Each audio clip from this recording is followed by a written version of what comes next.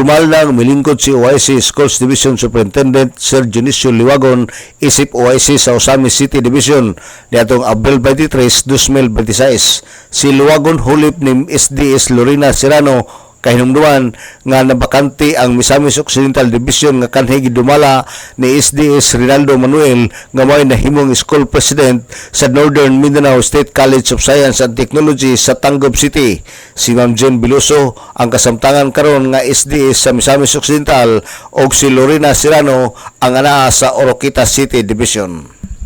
Nadawat na to ang order pinitsahan og April 21, 2026. Nadawat na to sa email og dinhi usab sa personal email og sa email pod sa division office og na-serve diri sa ato April 22.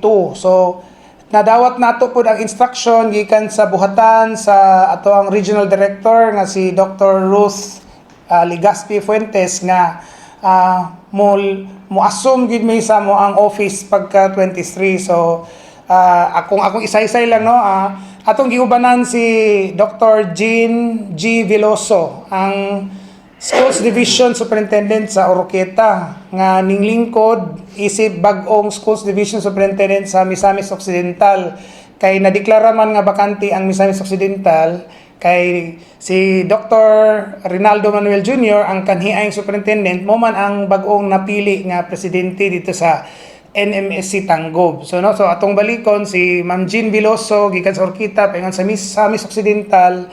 Ang ato pong superintendent kanhi si Madam Lorena Pilares Serrano, siya pod ang ninglingkod sa Oroquita City. O ato sing ubanan atong Abril 23 o paghuman sa Misok dito mi sa Oroquita, dahil paghuman pagkahapon dinhi mga alas 3 o alas 4 niya anang adlaw April 23, official po natong gidawat ang dokumento o sigali nakita po nato nga sa mga pictures no nga nangakita na o mga videos ato nang gilingkuran ang bag-o nato nga katungdanan isip officer in charge na Schools Division Superintendent dinhi sa Dakbayan. Si Sir Dionisio Liwagon, OIC SDS sa Osamis City Division.